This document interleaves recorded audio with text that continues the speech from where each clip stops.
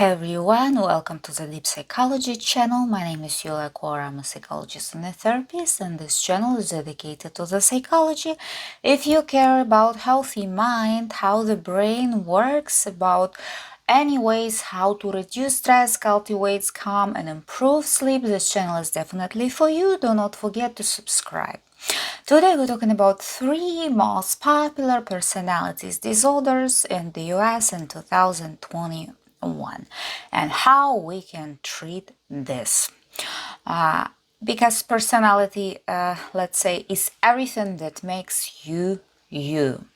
And everyone is different, everyone is unique. It includes everything about how you feel, how you act, how you think. Let's say a person has a personality disorder. Is when the way the person thinks, feels, and acts causes an intense distress, and this is more than just having a bad day once in a while. This bad day can be like an everyday for the person. That's, let's say, behavioral pattern that occurs over a long period over time. So symptoms of personality disorders usually starts to show in early 20s or like, let's say, late teens. And like, according to the research, the statistic, it's only 10% of population in the US has a personality disorder, but this statistic is not accurate. Let's not forget, a lot of people don't want to go to a psychiatrist and a psychologist because they're very scared, they're afraid to get some like a disease and something. So, according to the major study, the most prevalent personality disorder right now is obsessive-compulsive personality disorder, narcissistic personality disorder, and of course borderline personality disorders. Now we're gonna take a close look about each of this and discuss it.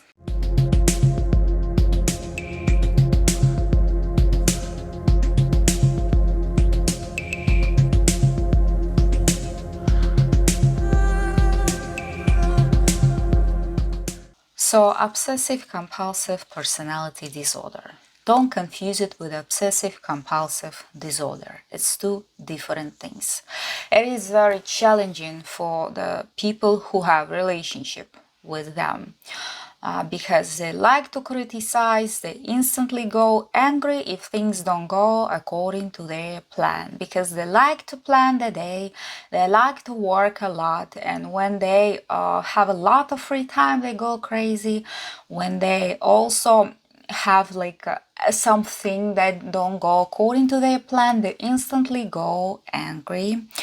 And also, what else includes? It's rigidity following the rules. It's stubbornness. It's also this person, it's like an unwillingness to delegate tasks to others. They like to control things. They're very meticulous to details. It's like they do like to do micromanagement when giving tasks to others. And they feel like they know everything, and it's almost impossible to argue with such people. They know how the thing should be done, and everyone should always do the same way how this person sees things. So be careful with it. Also, they have a fixation like on the small details and missing the main point of the project sometimes. Also, like, also they being a such perfectionism so bad they sometimes they don't do things on time because of this perfectionism, but they don't care. Also, they can be extremely frugal, like hoarding tendencies. Also includes excessive dedication to work. They sometimes don't care about relationship, of course, and also it can affect their social life, and they have black and white thinking. They like love the person or hate the person, you know. They have pessimism, low mood swings, low moods, excessive doubts and cautions, of course, easily become angry, as I said, and violent to the other person. when exactly they don't hear what they like to hear. It happens.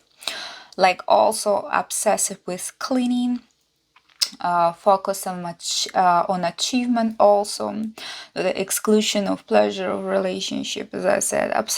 Also tendency to try, let's say, and demand others to do things their way.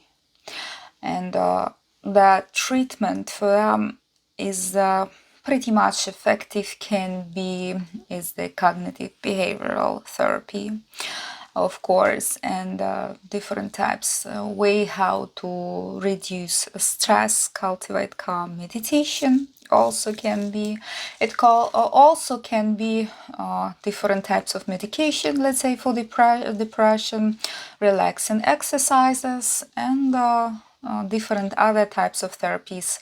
But it's a very, very long process, but it is possible.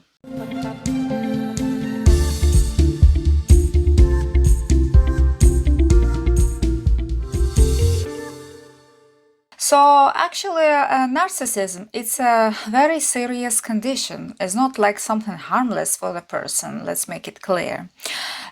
Because it thus can cause a lot of troubles for relatives and for relationship. The person is able to have a relationship because they're very difficult to collaborate and communicate with people. What causes the narcissistic personality disorder? First, it can be also childhood trauma in the past, from the parents, from the relatives, from the friends. Also, it can be also mental abuse. These people in the future suffer with insecurity and the low self-esteem, but they're trying to portray like they have a very high esteem because they show the grandiosity to others, but inside they have troubles with understanding emotions and feelings, to process that. Also, it can be genetics, also it can be personality, also, so it can be a lot of things. And you just need to prepare yourself for the long-term counseling and long-term therapy, and including different types of medications. This person experience is like sense of self-importance. It's important to know, feeling of superiority, and also desire to not only associate with the high status people, like needs for excessive admiration. They prefer to communicate with the same level people, the sense of entitlement. Also, they have constant thoughts about being more successful, like powerful, smart, loved, and attractive than others. Of course, arrogant. They can be very arrogant. And snobby behavior, have an attitude. So prepare yourself for this. And also how well they can be treated. It's a lot of different types of antidepressants, antipsychotic drugs, and also can be mood stabilizers. Also, we have to know about that. Without the treatment, what can happen? The person can have trouble maintain relationship with work and at home. They need to control their emotions very well, because they can be very vulnerable, because they cannot process the emotions. It's very difficult for them. It can also lead sometimes to depression and suicidal thoughts. People with this narcissistic personality disorder can get better, but they need a regular counseling with a therapist. So also they require a lot of attention and admiration. They also like feeling entitled to people's time and attention. Let's not forget that. Inflated self of importance. And also bragging a lot. They love to brag a lot. Difficult recognize for them other people's needs, other people's feeling, because again, as I said, it's very hard for them to process their own emotions and feelings. Of course, they will expect from people to do what they want to do. They don't consider other people's opinion as right opinion. They are not flexible at all. Also, feeling insecurity, like more intense than from the regular people. They can be instantly jealous also of the other people. Feeling angry when things don't go according to plan in their head also, when they feel how they deserve. And difficult accept, as I said, other people's opinion, or especially accept if someone else is more successful. It's very hard for them, and very hard for them to have make a relationship with someone. That was the most important about them. They need a lot of treatment therapies to make them feel less depressed, because they can go to depression very fast. The mood swings and can be very anxious also. The people, this particular type of people, they need medication to be prescribed. Okay, and now we're gonna talk about one of my favorite one is the borderline personality disorder. A lot of people have this personality disorder. We're not gonna call their names, of course, but it's most of the time when the people have the feeling that they are in love, because to live with them is like you go into the Six Flags or in a roller coaster ride. But when it's fun, when you really go to the roller coaster ride, but not if the person has such mood swings, you know.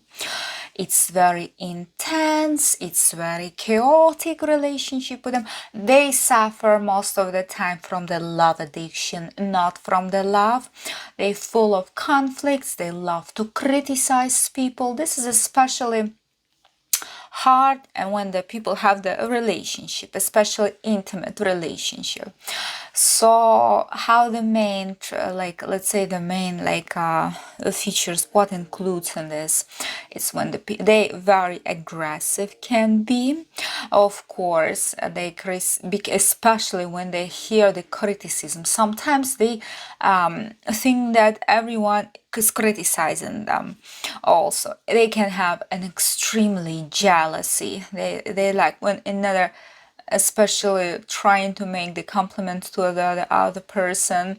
Also, emotionally detached they are. They does not share their inner emotions to the experience with the significant others. Sometimes the people confuse it with the passive aggression. They cannot understand what's going on in the person's mind. Also, they hold grudges. They can hold grudges for months or for years, depending on how they're gonna process fast their emotions.